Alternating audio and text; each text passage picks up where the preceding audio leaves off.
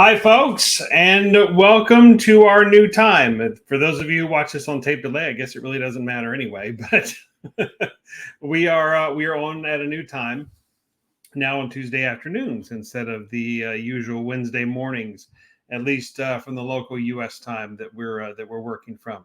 Hi, my name is John Nelson. I'm the plugin CEO of JKL Works and also Plugin Business. And there's a lot going on both fronts, actually. So we will save that for another time because we are full on in the middle of business and marketing optimization for you. So this is kind of a test run today, actually, because there are some other things that we need to run as well around here. So we just needed to make sure those worked. And sometimes it takes a little bit extra. So we'll have to update our policy and procedures on the whole item. Okay. So that was an awful lead in, okay, to what we need to talk about. But we are going to spend the next couple of times. This is part one in a series. We'll do the next one next time about policies and procedures and how not having them will potentially wreck your business. And you're like, come on, it's, why would you do that? Why would you spend so much time doing that? Well, okay, there's a reason that HR companies offer this as a staple of their products and services that they offer. I'm talking about the professional employment organizations, the PEOs, but regular HR ones do too. They offer this as something value added extra that is something important. There is a reason 25 years ago, during the heyday of, dare I say, the C word, consulting, the first C word, the maintenance and reliability consulting company that I worked for absolutely lived by this, having policies and procedures on how to do different things, particularly the procedural side. Now, to be fair, they were a company full of engineers, and so procedures are completely inevitable, if you know what I mean. But on the upside of that, they really do make a difference, and it's where I learned the value of the difference that they make. And it's huge. I mean, there are so many different things that you can do there, as a particular option. I'm just checking the Facebook stream to make sure everything works, because we're going to need this for something that we have coming up. And you do get a little bit of a sneak peek this time, so as to what part of that is. But we need to make sure our live procedures are in place.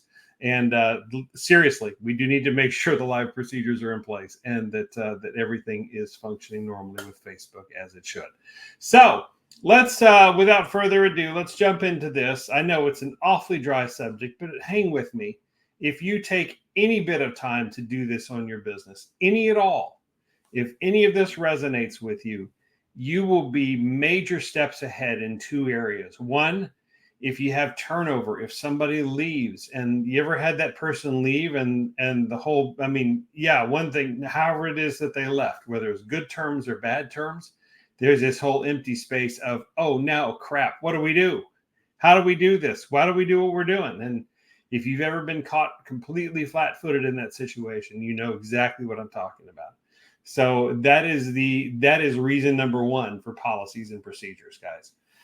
Number two, and I'm not talking about the way they exited or didn't exit. I'm talking about just how to do their job, how to do what they were doing, and whether or not how to find a suitable replacement. Because some of these folks that they're coming in, I promise you guys, that's the organization of things, not just the organization of the organization, to be a play on words, but how things are organized in the business, how they're done, what they see is more of a contributing factor to whether or not somebody stays than you think it would be.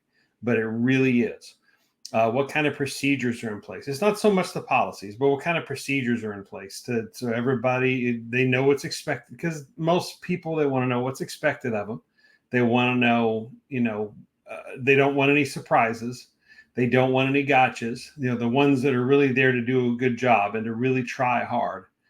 Those are the things that they want, and they want to be judged fairly on really their merits, instead of some other factors as to how they got there. So policies and procedures are a big way to make that happen. Let's just jump into what we're talking about here. So it's policies and different types of policies and why you need them. Some of these answers are more obvious than others, but we're going to cover them anyway. Then the different areas that you should have procedures in place in your business right now as soon as you can. They don't have to be an encyclopedia thick book.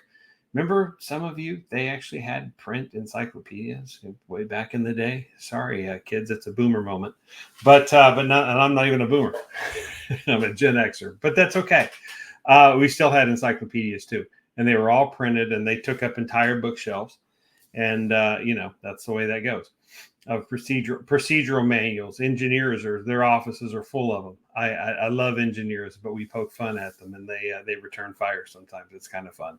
And then finally, we're going to talk about a tool called business process mapping as a way to finally get a hold of some of this and not make it so daunting, not make it so crazy that you just say you just throw up your hands and say, I'm just not going to do this. So we'll at least start that journey here. And then next time we will go into greater detail about business process mapping and exactly how to do it. Okay. So we'll just focus on what it is for right now. But to kick things off, let's switch back to the types of policies. So there are three basic types of policies that you come across. And most of these will be familiar. There's nothing unusual, but the first one is safety. There are safety policies for everything. If you've been in any average company, this is most of the time, sadly, still only if they are required, not as opposed to looking out for the goodwill of folks. And that has less to do with now, that that a company just wants to do everything to the bone, and they don't care about their employees. It's not so much about that. It's more just neglect. They don't want to have to document everything. They don't get around to it. Maybe they want to, but they just don't get around to it. I need to get one of those little wooden round to it nickels things that my father-in-law used to carry around all the time. And he'd say as soon as he got one of those round to it, he would hand it out, and actually use it. And he would get around to it. So anyway, totally random. But most businesses, this is out of neglect. It's not out of malice that they don't have enough safety policies in different places. Most of them, it's that way. Some, it is required. For those of you, say in the U.S., and I don't know what the Canadian equivalent of this is. I'm sure there is one. But OSHA, the Occupational Safety and Health Administration. Businesses live in fear of OSHA in some respects. If you are in California, you really live in fear of Cal OSHA because they can do things that the regular government can't to your business if you don't comply. Don't ask me how I know. But you have to have these things up for OSHA. You have to have them for city ordinances. You have to have them for, different, just general common sense, but mostly it's OSHA or whatever the governing body is in your country that mandates these things happening, and just general safety. Say they have an area that is, it's as simple as the wet floor thing. If they have an area that's commonly wet, that they don't want customers slipping and falling and getting upset and suing the company and suing the business for having hazardous conditions. They're going to put something up there to make dang sure nobody, I said dang and use it in a sentence, make sure that nobody has an accident there that would cause malice against the company. So safety is the absolute first place to start with all this, where you normally will find policies. The second one, also kind of obvious, and sorry for the jump there, but it's the way the graphics work, is behavioral. Okay, so this is your HR policies. This is your what you can and cannot do. This is usually centered around that, usually centered around human resources, what you can and cannot do, what you can and cannot say. They're infamous in most companies as to why this is. And if you really go back to your core for some of these things, there is actually some reasoning behind them. That keeps everybody out of trouble and keeps dumb lawsuits from happening and stuff like that. But for a lot of the others, it's a good idea taken way too far, and behavioral policies end up being more of a nuisance. And it's the negative thing. Every time you think of policies and procedures, this is where your mind goes. I guarantee it. Unless you're a safety person and you have to deal with that, and you have that on your brain all the time. Otherwise, for the rest of us, it is behavioral. This is the places that, the first places we need to go. You had those in school, and now that you're out of school, you go into the workplace and it's like school all over again. But supposed to be out of, to how to conduct yourselves, because sometimes we as adults, even though we're adults and we should know better, sometimes we just forget those things, don't we? Okay, so then the third thing where these come up with, and this is a little different. This is procedural, not to be confused with procedures that we are going to talk about in a minute. So a procedural policy is not entirely a bad thing. This is the thing besides safety that would probably redeem most policies in any given business. And this is just simply how to do something.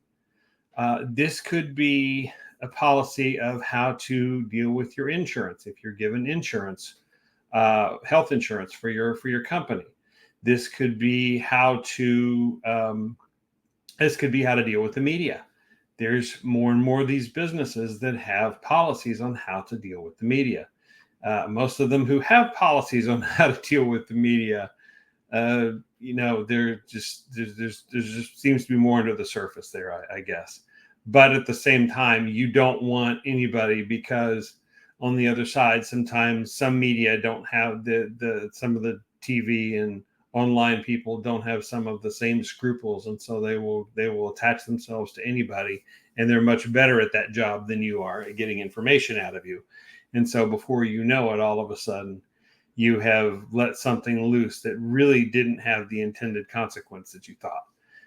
You thought it was going to come out one way, and it came out some way completely different, and somebody spun it on you. So procedural things for like dealing with the media, procedural things for posting on social media, not to be confused. They're similar, but not the same. But there are companies there are policies out there that companies have that deal with this issue, and there's necessity behind it most of the time. It can go really wrong. I mean, you can, where you really are getting to the point that you're hiding something. But for most people, at least it started out with the best of intentions to make sure that the company's, voice stayed unified. And so you end up, because like I said, sometimes if the right person gets a hold of you that's very convincing, a lie can sort of become the truth instead of the other way around. Instead of a truth becoming a lie and gets covered up, sometimes something that really isn't true gets put out there, and it can end up wrecking a company or an individual when it was not true to begin with, and never was, and was proven. And by the time they prove it and then get the retraction out there, oh, we were wrong, we didn't, well, the damage is already done. You can't unhear that. You can't unsee that sometimes. So procedural policy is very important, a growing area that not everybody's at yet. Not everybody has that need. Most businesses probably don't, but there are certain times and certain places that you may need that. And something a little less, ominous, a little less threatening. Sometimes there are procedural things on how to claim benefits, how to do something else inside the company that you need to do anyway, for lots of reasons. And so those are there. Those are helpful. I mean, it could be a procedural policy on how to access your email. That's generally pretty harmless, comes with the territory.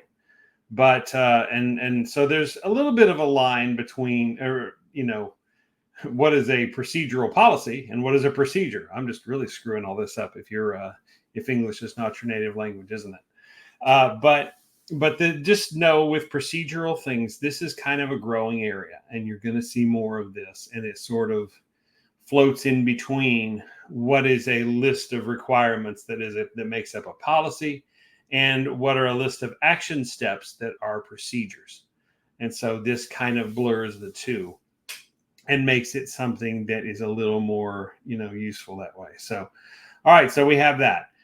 So let's talk about, before I screw everybody up even more, procedures. Now, there are three areas where procedures are not only relevant, but absolutely necessary.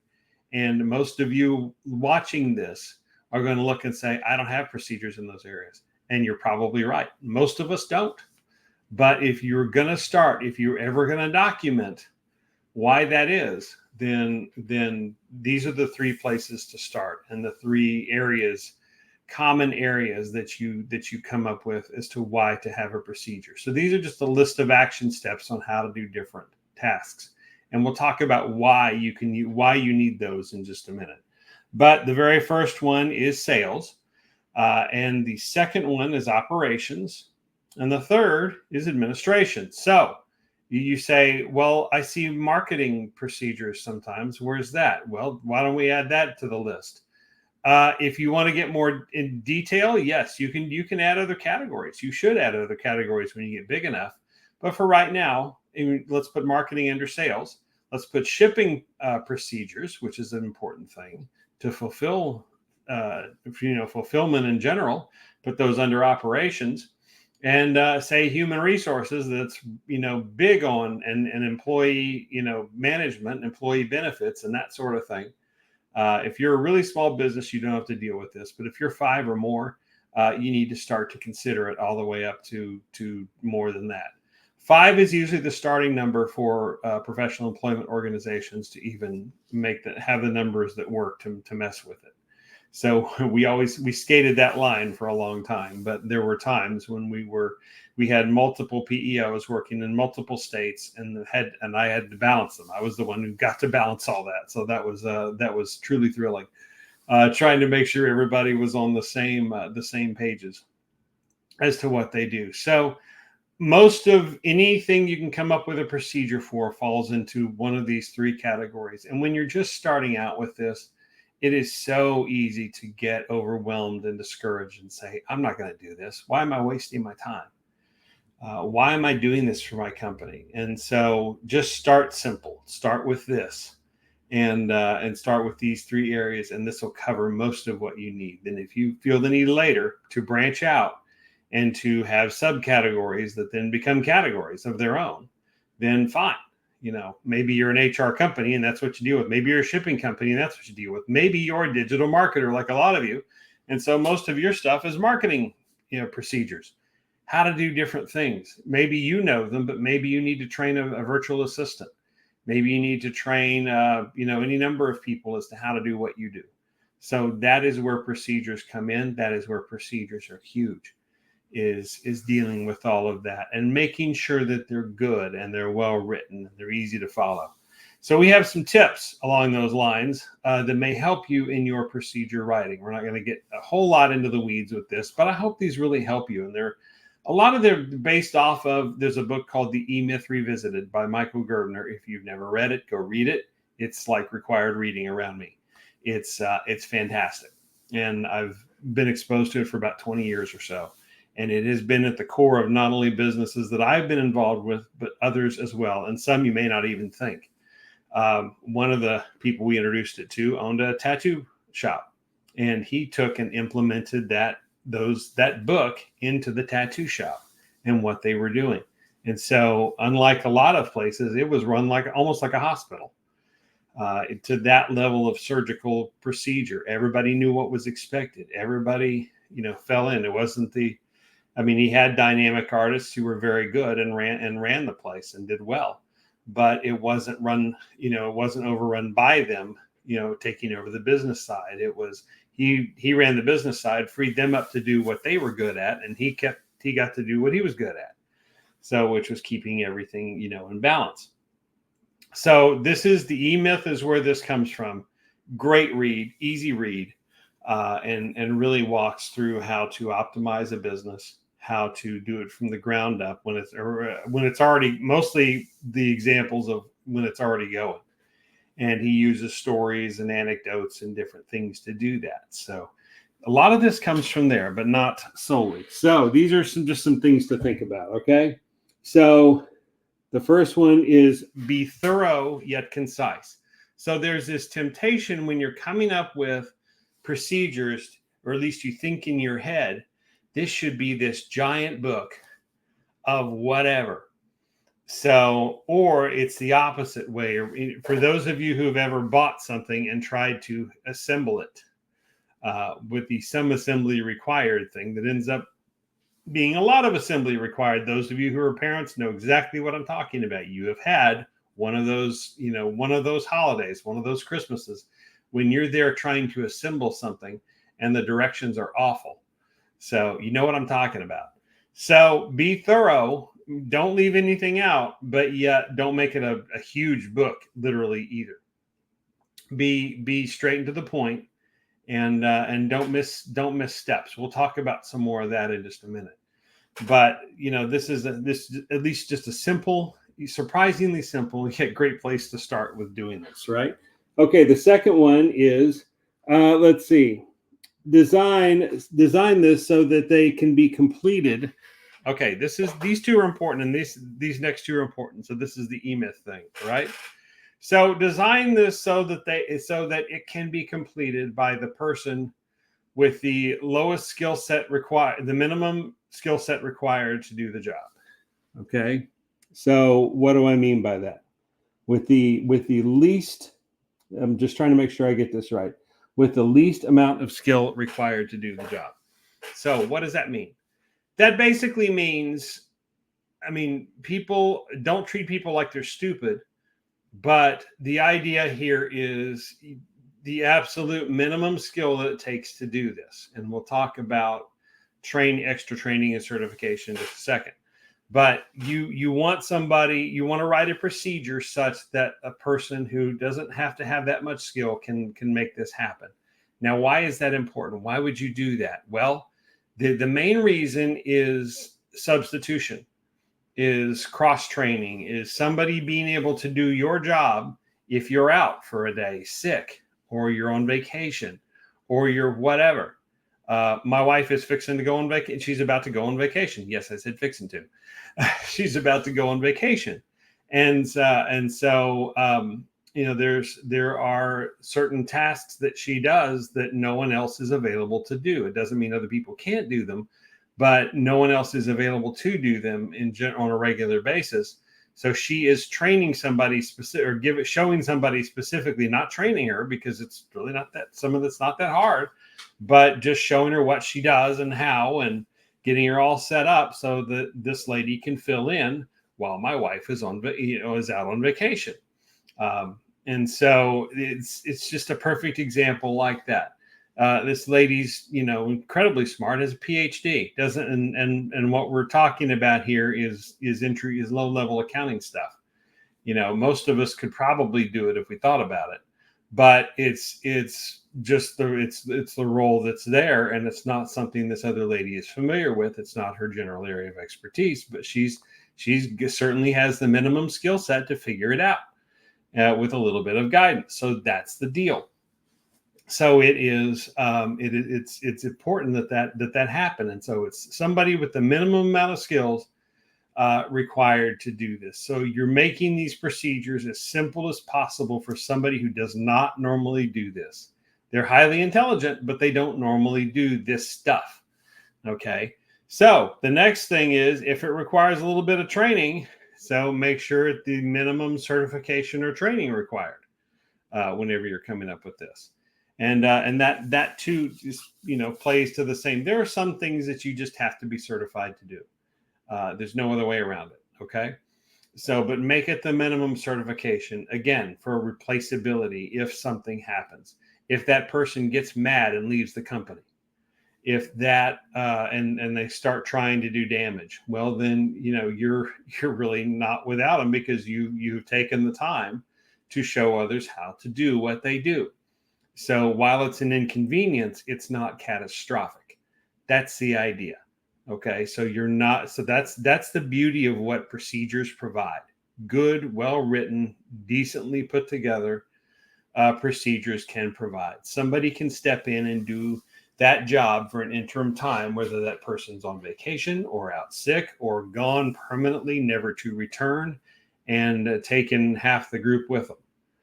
It runs all three of the gambits there. So these are the reasons why you want somebody that's the minimum skill set or minimum certification required to do what they're going to do. Okay. So this is a short one, but it makes a lot of sense. And it kind of goes back to point one. Document even the obvious. Don't leave any step out, okay?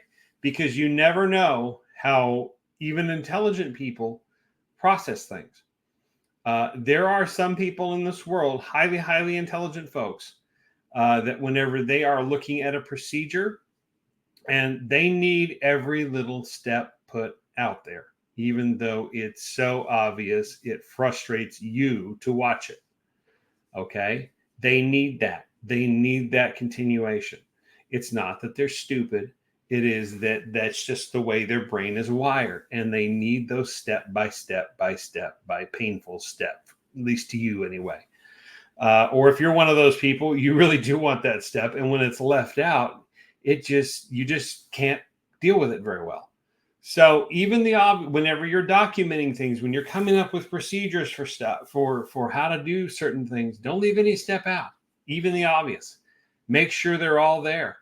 Make sure they're all in place. And again, even the painfully obvious, it's much better. Those of you who've had to, or those of you who just, even from a common sense standpoint, even if you're not wired that way, that you have to have every little detail. Again, I go back to putting together the toy or whatever that you've had to do for your kid. There is inevitably a step, or furniture. There is inevitably a step that is missing somewhere that should be there. And yeah, it somewhat should be obvious, but it's really not. And you could go either way with something. And there is absolutely no clarification on how to do that. Okay. You know what I'm talking about. So don't leave any step out when you're coming up with this. It's worth the little bit of extra pain it's going to cause you to do that base level of documentation. Okay. It really is. And the final point with putting together procedures is make sure at least 3 people know how to do the procedure. Anyone you come up with. And yeah, one of those could be a supervisor. One of those could be somebody that's a similar level that works through it. One of those could be somebody that's completely from a different place, but has a little, enough time on their hands to deal with it. So make sure 2 is okay if you have to. 3 is better.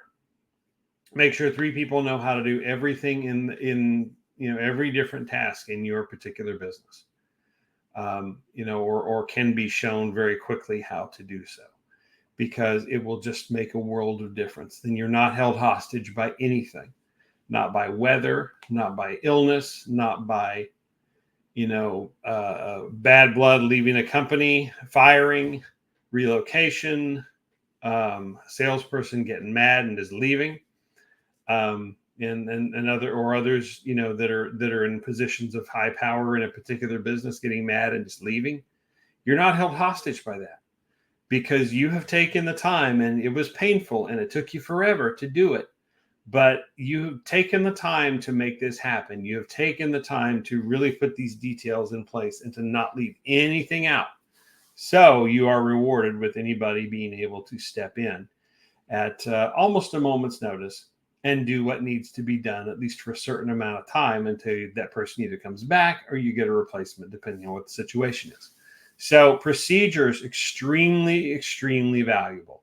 And we'll show you in a little bit their place in our world as to how we talk to different businesses about using them. Tedious as they are, they have a major place in the foundation of what we do. Okay.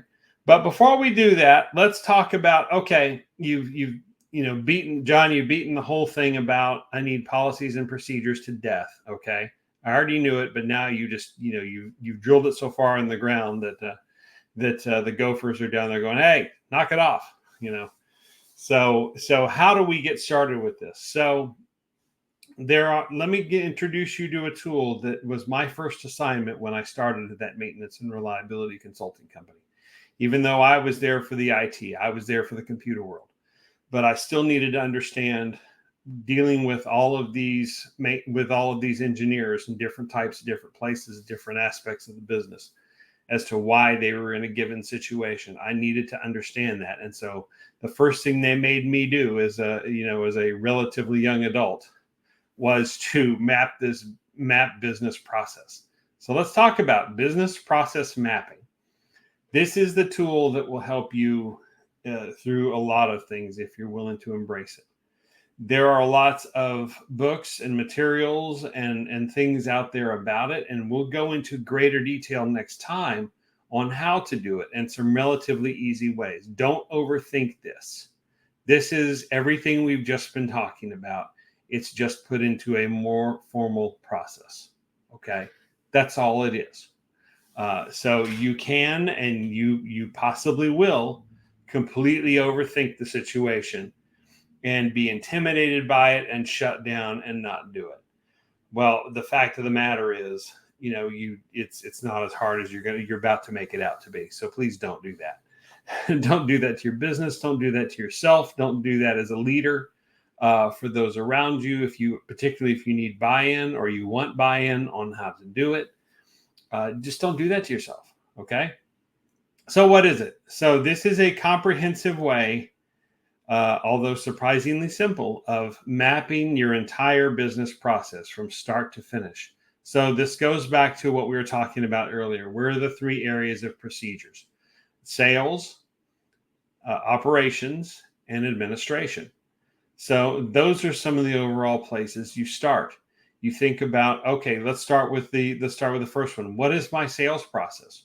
What is my process for getting customers into my company? This is one we focus on a lot when you're talking about business and marketing optimization, which is what JKL Works does here in my company. So what is the sales process by which things get done? And yeah, you're saying in the back of your mind, that's obvious. We go out and get clients on social media, then we do this, and then we send them some emails, and then they get to a call, and we have a little call, and we don't have a process that we go through. We just work our magic and everything happens.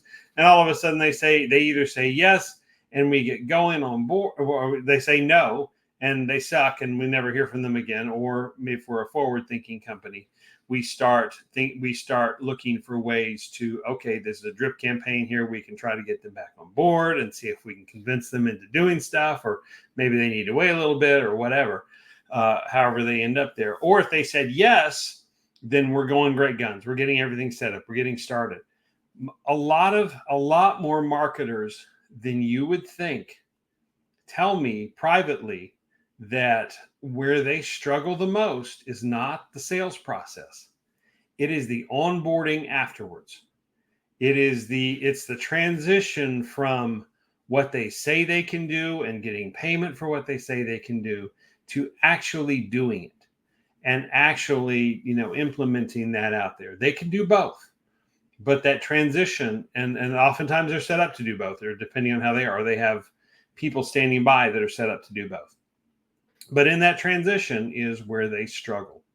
And it's getting somebody to that onboarding section. This is where a business process map can help a lot, because you do some of the exact things we were just talking about a second ago. You take all of this into consideration. You design it for so the least person with the least skill set or the least certification can do this, so that 2 or 3 people can cross train on it. So you don't, and it's step by step, even the obvious. You're thorough, but yet you're concise. And so you don't mire everybody in these giant volumes of books or giant PDF files or whatever. You make it relatively simple, step by step, for them to follow. And that's where a business process map makes a huge difference. Okay, so why would you use it? Well, to make this whole process easier, frankly. We normally, when we go through this, we will sit down and we will say, okay, we'll take those 3 areas. We have your sales, we have your operations, and we have your administration. What are the main areas that we need to start by documenting, so we're just not overwhelmed by this whole thing? What are the most important processes, right? So under sales, it'd be attracting clients, yes, but mostly getting paid. Going through that customer journey, the initial part of that customer journey, to where they first find out about you, all the way up to the point that they make that first payment. Then it transitions. Operations takes over. Okay, and how does operations? Well, it's usually the area of fulfillment. Do they have to ship anything? Do they have to set up software? Do they have to set up clients and customize something to what they're doing? Do they have to Is there a walk in the store sales transaction? They walk out. Is there anything they have to support? Is there warranty issues there that need to be documented? And then you talk about administration. Well, what is administration? It starts with the accounting side. It starts with getting paid. How does that process work where it goes from the customer's wallet to the bank account? One of the things that I looked at last year was in becoming a credit card processor, I hoped. And I guess the door's still open, but it's me that's the problem. But one of the things they talked about a lot in the training for that is the journey that a transaction takes. And from somebody's wallet, in the form of cash or really a credit card in this case, all the way through including bank drafts or wires along the way. And that process of the credit card, your credit card company has a bank associated with it. And so the funds are taken out of the bank and they're sent through the wires and they end up at the other bank that's tied to that other client. And through their bank account or however that works, usually their bank account. And so how does that, that process was tediously brought out and tediously put out there, but it had to be, because then that's how you understand how the fees work, how all kinds of different transactions work, how the billing structure works for credit cards and processing. It's because it can get complicated, but you had to understand that journey first. And that's procedures back and forth, the entire time. So there are lots of reasons why you need to have procedures. And so a business process map documents every step of that journey, no matter how tedious. It covers everything, and it's a tool designed to cover everything. Oftentimes it takes the form of a flow chart. And so if you look up business process maps, you will see a lot of flow charts, and where it works from one step to the next. Maybe there is a decision point or not, and what happens when those decisions are made, or it can go any number of directions. But it starts out oftentimes, and we'll get into this more next time, as just an outline. If you've ever had to outline a chapter back in school for a particular book, or create an outline, a table of contents of something, that's oftentimes how this starts. And that way you can see what's out there and what your options are. So that is the best place to start, I was seeing how deep I went in there. On a piece of paper, so you have the three places. So pick your most common ones, probably sales. Okay. So sit down with a piece of paper or a Word document or whatever makes you happy, and write, number one, what's the very beginning of that journey? Customer is out there looking for something. Number two, looking for, apply it to your business. They're out there looking for a gym to join, or they're out there looking for medical treatments, or weight loss, or they need a new roof if you switch over to the home services people, or they need more customers. Customers looking for more customers. Businesses looking for more customers. Digital marketers, that one's for you. So they're out there looking for any number of things. Okay, so what are the methods they go by? They perhaps go to it's not which method do they go by, because particularly in digital marketing, but a lot of businesses, they have a lot of choices. You can go any different direction. So pick the ones that are the most appropriate to what you do. Do they walk in a store? They walk in your store. Do they get on Google and start looking, or specifically search for something? Do they ask a friend? Do they get into a group, on Facebook or some other means, and ask around in there for advice, as many of us have done? Do they go to YouTube and start looking for videos? Do they look for reviews? Do they look for comparisons? Do they look for all those sorts of things? And the answer is yes, depending on, they do all that depending on how they go. So what's the next step after that? Do they find something? Then how do they narrow down that decision?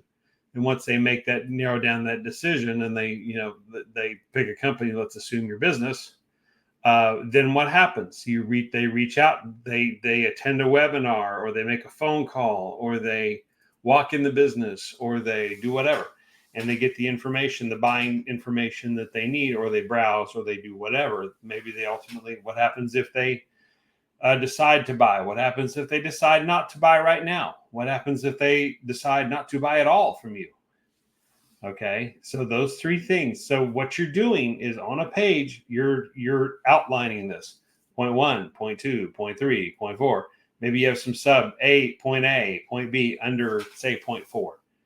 And you're documenting that journey just in a list. It's a big list, but that's the foundation of a business process map, that you have all that laid out, because each one of those number points and the letter sub points, or however it is that you document that, each one of those are going to become places on a flowchart, represented by, they could be a decision, they could be an action step, they could be a a data point, they could be any number of things, but you got to start with that basic list. So just sit down and pick your most important process, probably sales, and just list out the actual painful order of steps in the way that things happen.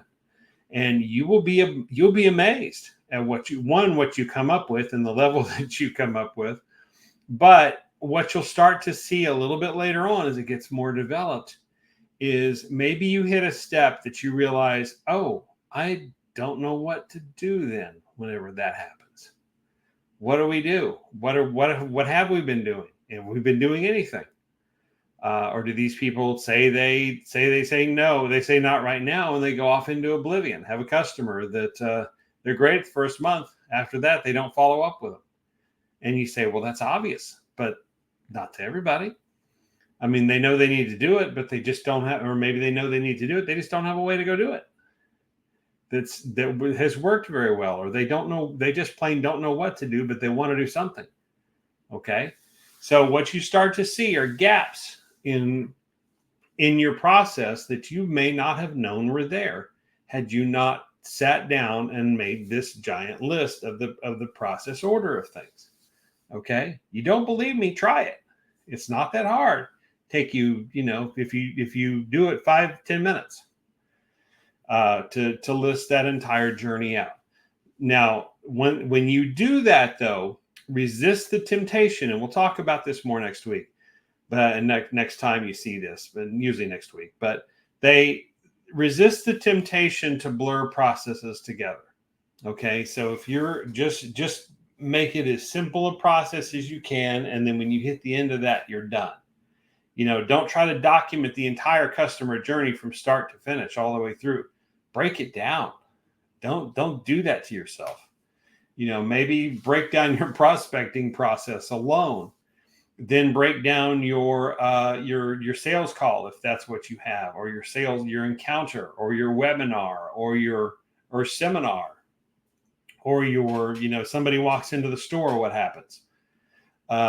The Michael Gerdner tells a great story about going into a hotel out in California, and it was one of these little smaller hotels, sort of a boutique hotel, and there's a whole lot more that you need to read. You need to read the story about, but the basics of it. But for the sake of the example here, he went into the restaurant, and all along the staff, extremely friendly, was making casual conversation with him. Sometimes as people do in hotels, right? So, and his room, it was kind of on the Pacific coast, so it was a little chilly. So it had a little fireplace and had a little couple chairs there, as some of the hotels do. And this is a little nicer than most, so a little more upscale. So it had that little fireplace and place to be in bed and all that. And so, he puts his stuff down in the room, goes to dinner. It's in the hotel, so in the restaurant. So he's in the restaurant, and all the while, the staff is making this very casual conversation with him that did not register with him at all. They're just little things they would ask him. What was his favorite kind of drinks he liked? What did he enjoy doing? It's just you wouldn't think anything of it. All of a sudden, things started happening later. He comes back to his room, and I guess he enjoys, reading. At the time, it's 2005, so follow me. Enjoys reading a particular newspaper, and with a glass of wine sitting by fire or something when he's generally at home. Comes back and there's that newspaper rolled up by that sitting area by the fireplace with the fire going while he was gone, and there's a glass of wine sitting there. It's California after all. So, and he's just absolutely floored at this, and it's his favorite wine that he liked and is just blown away by it. And there are more incidents like this that happened the entire time during this stay. And he is so blown away by it that he ends up talking to the hotel manager about it because he'd never experienced anything like that level of customer detail. But this was because they took the time to map all of this out and how they could fulfill it. And so that's just one example. There are dozens. But it's so cool how I mean, it's a cool story. So, read or listen to the book wherever you are. I mean, there's been some unfortunate things happen with the E-Myth deal, but it doesn't demean the power with this foundation that came after it, to support it. And I don't know what's going on there. I don't pretend to know what's going on there. So, but the book itself stands on its own as a great guide for businesses. Okay. But that's the power of how business process mapping can work. So start with that outline, start with that basic process, take it into sections so you don't, just completely overwhelm yourself. And you'll be amazed at what you come up with and what you're missing and what you didn't realize was there, or what you didn't realize was a problem. Or the opposite will sometimes happen of, oh, we're ahead of ourselves. We really do have that figured out in case something happens. Wow, how cool are we? So it's a fantastic tool. We'll get into it more next time, but at least think about that and research the E-Myth, and then research business process mapping if you want. But just know that there's a lot of information there. It's not a new topic, and you can get lost in it. So trust me, start with the outline, and if this is something you really want to start to lay out. And then we'll go from there to turn it into something more dynamic whenever we talk the next time. So that is the power of business process mapping and why it fits into policies and procedures that we all need. So speaking of fitting into what we all need, so we do around here, you've heard us talk about it many times and seen it, the success blueprint and the digital success blueprint as a way of finding businesses at least $50,000 in untapped, unrecovered profits that they didn't know they had. And they're hiding in there somewhere. If they only did these things in this next year, I mean, this doubles. I've seen it double businesses' profits in 1 year. Literally doubled the profits. Not just the revenue. The revenue is easy. That's anything you take in. But the profits are after all your expenses are met, and you're doubling those. How cool would that be? Or tripling in some cases. So that's what this tool aims to find, or at least aims to start. But then this becomes our guide as well. This becomes our process and our procedures. And so then once that roadmap is in place, we turn it into something that's more in depth. We call the ProfitWorks implementation, that we step out over the course of a year or so to cover a lot of different areas. So we have 5 core areas that we deal with. So that's represented here. You haven't seen this as much. We've shown it some, but it's in, we put this into some important areas. We have starting from, 1 o'clock, 12 o'clock and going around. We have foundations over here is what we start with. More leads, more conversions down there at 6 o'clock, more transactions, and then finally more profits, because you start with the foundations and leads all the way around the circle to get to the more profits, which is really what you're seeking. So all in the way, there's all these different strategies of things that we can bring to bear to make this happen or not. But I want you to direct your attention, you may have already seen it, up here to the foundation side. And you see policies and procedures right there. Now, for obvious reasons of thrill a minute, we don't always lead with this. It's usually something more like the market dominating position.